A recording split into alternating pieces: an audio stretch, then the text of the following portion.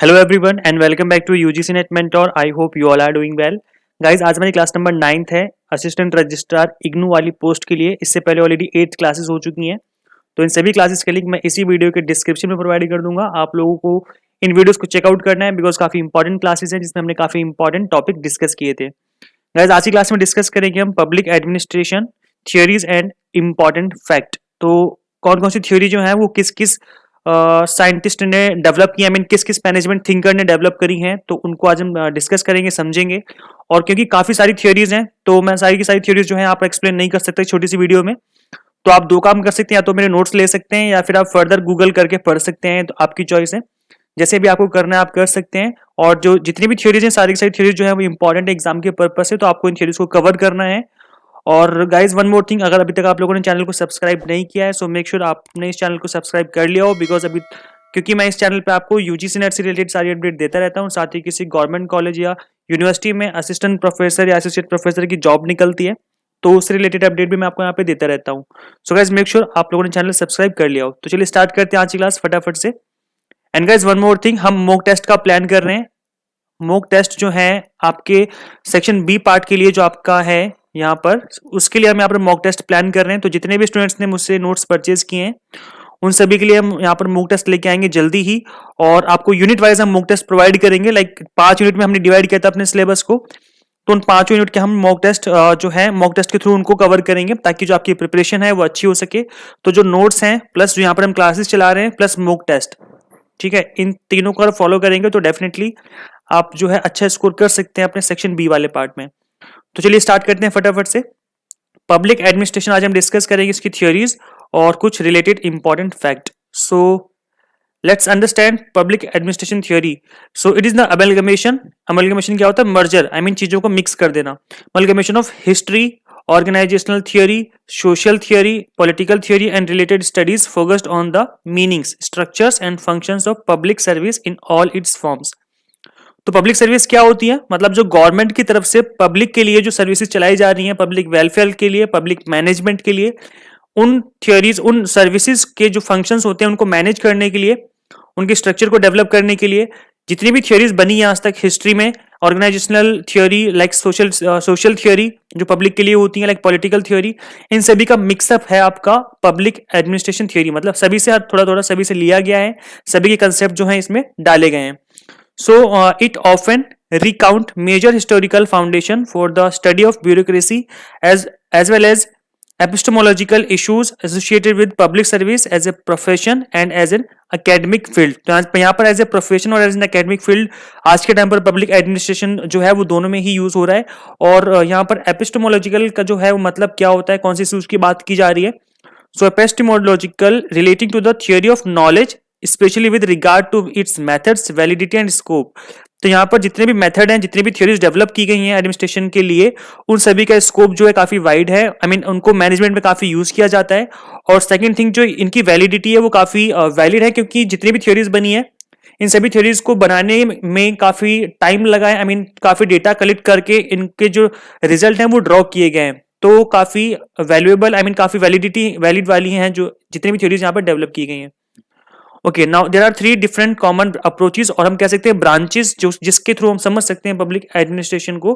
So there are basically 3 types of branches.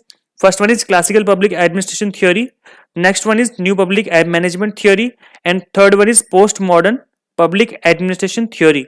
So let's understand, तीनों को एक एक करके समझते हैं। और कोई डाउट रहता है आप लोगों को तो प्लीज कमेंट करके पूछ लेना, मैं वहां पे आपको रिप्लाई कर दूंगा फ्री होते ही।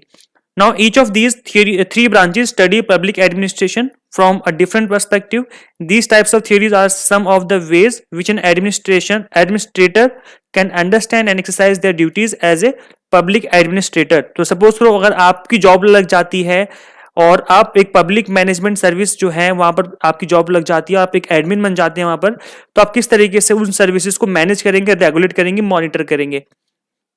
तो आप इनमें से कभी किसी भी थ्योरी का यूज करके अपने जो फंक्शन हैं उनको परफॉर्म कर सकते हैं, अपनी ड्यूटीज को परफॉर्म कर सकते हैं, ताकि जो आपका मैनेजमेंट करने का तरीका है वो सही रहे और आप चीजों को मैनेज कर सकें पब्लिक वाली। Okay, now first theory is classical public administration theory. तो उसके नाम से पता चल रहा है क्लासिकल मतलब काफी पुरानी थ्योरी है जो कि पहले से चलती हुई आ रही है, जो पहले के बिलीव्स हैं. So the classical theory project public administration as a science like the stream of engineering becomes science through method of empirical observation, systematic finding and recordings over a period of time. Similarly, public administrator can create the science of administration.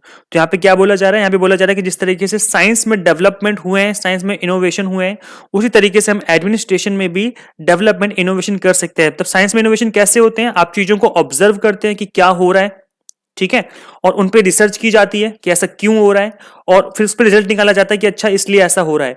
तो वही same काम यहां पर करना है कि जो administration होता है ऑर्गेनाइजेशन के अंदर, कोई भी ऑर्गेनाइजेशन हो, प्राइवेट हो या गवर्नमेंट हो, तो वहां पे वैसी चीजें क्यों हो रही हैं, हम उनको कैसे मैनेज करें.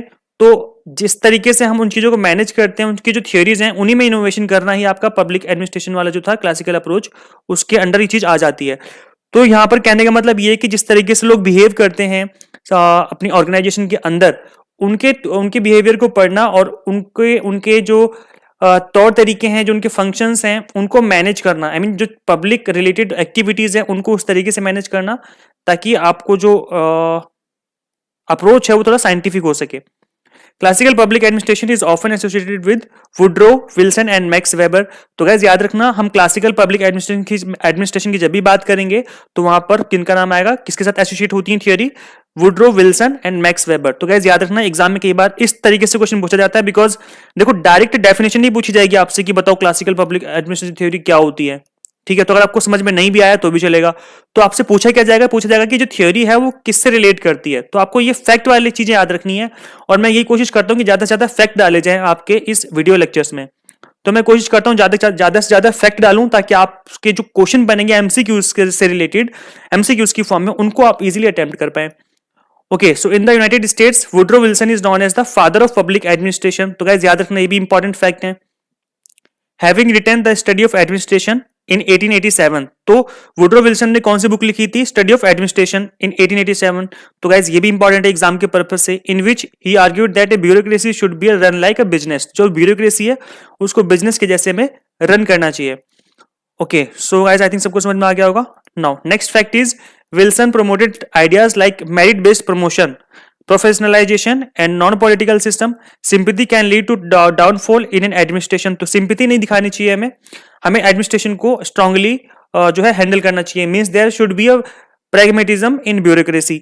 तो प्रैग्मेटिज्म क्या होता है, pragmatism is defined as an approach to things that focus on the practical or logical response. Addressing problems logically and practically is an example of pragmatism. तो यहाँ पर सिंपल है कि हम जब आप चीजों को लॉजिकली करते हो, अपनी प्रॉब्लम्स को लॉजिकली सॉल्व कर रहे हैं, इसका मतलब हम प्रैग्मेटिज्म वाली अप्रोच को फॉलो कर रहे हैं. ओके, आई थिंक सबको समझ में आ गया होगा. Next theory is new public management theory. इसको हम लोग बोलते हैं एनपीएम. गाइस याद रखना क्या बोलते हैं इसको हम, NPM. New public administration traces its origin to the first Munich Conference held in 1968 under the patronage of Dwight Waldo. ये नाम है एक पर्सन का जिससे इस थ्योरी को हम कहते हैं कि इसे रिलेट कर सकते हैं, और ये जगह का नाम है जहां पर ये कॉन्फ्रेंस हुई थी. The term new public management was coined bye scholars from UK and Australia, hood and Jackson. तो अगर ये पूछा जाए कि किसने इस टर्म को कॉइन किया था, तो ये गाइस नाम याद रख लेना, इन्होंने किया था, और जो थ्योरी इनके साथ एसोसिएट की जाती है. So new public management that is known as NPM is an approach to running public service organization that is used in government and public service institutions and agencies at both subnational and national level. In some cases, NPM reforms that used e-government consolidated program और service to a central location to reduce cost. तो यहाँ पर ई government की बात की गई है. तो अगर से पूछा जाए कि ई गवर्नमेंट जो है किस थ्योरी के साथ, किस थ्योरी से रिलेट करता है, तो वो क्या है, new public management theory. And guys इसके अलावा जो न्यू पब्लिक मैनेजमेंट थ्योरी है, इसके डिमेरिट क्या है, तो ये थ्योरी अच्छी क्यों नहीं मानी जाती है. कई बार ऐसा होता है कि कई बार इसके डिमेरिट्स पे भी इसको क्रिटिसाइज किया जाता है. तो इसके डिमेरिट्स क्या है, सिंपल है. इसमें बात ये की गई है कि भाई जो प्राइवेट सेक्टर हैं वो अच्छे हैं as compare with government sector. ऐसा क्यों, क्योंकि जो प्राइवेट होते हैं उनके अंदर एफिशिएंसी होती है, कुछ ऐसे मेथड वो लोग यूज करते हैं जिससे उनकी एफिशिएंसी बनी रहती है. गवर्नमेंट सेक्टर में उन मेथड का यूज नहीं हो पाता है. तो हम उनको करते हैं मैच कि भाई उनकी अप्रोच हम भी मैच करेंगे ताकि हमारे अंदर भी एफिशिएंसी आ जाए. तो ऐसा जरूरी नहीं है और कि जो प्राइवेट सेक्टर है वो हमेशा ही सही हो, उनके सारे मेथड सही हो. वैसे जनरली ठीक ही होते हैं, बट अगर हम उनको ही फॉलो करते रहेंगे तो इसका मतलब एक तरीके से डीमेरिट्स है हमारे गवर्नमेंट सेक्टर के लिए. Okay, now next theory is postmodern public administration theory.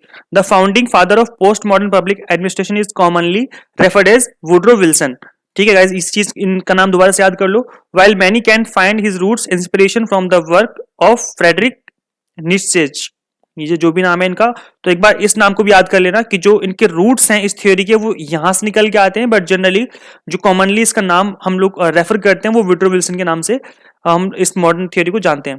Post modern public administration is referring to the inner working of nearly every government entity in existence. So guys याद रखना कि जो theory है वो inner जो उनकी फंक्शनिंग है, inner working है गवर्नमेंट ऑर्गेनाइजेशन की, गवर्नमेंट एंटिटी की, उससे रिलेट करती है.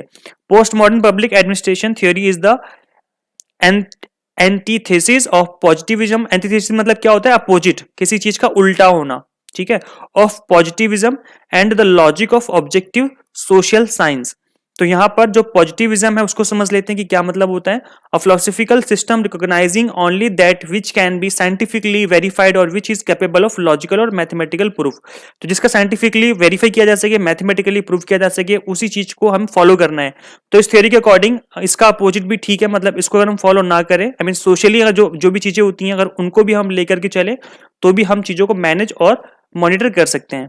Now this is the list of management theories and their founders. So guys, this is the most important part of this video, क्योंकि यहाँ पर जो एग्जाम में क्वेश्चन बनते हैं एमसीक्यूज की फॉर्म में, वहां पर यही पूछा जाता है कि कौन सी थ्योरी किससे रिलेट करती है. So first theory is different managerial roles. ये किसने फाउंड की थी? हेनरी मिन्सबर्ग.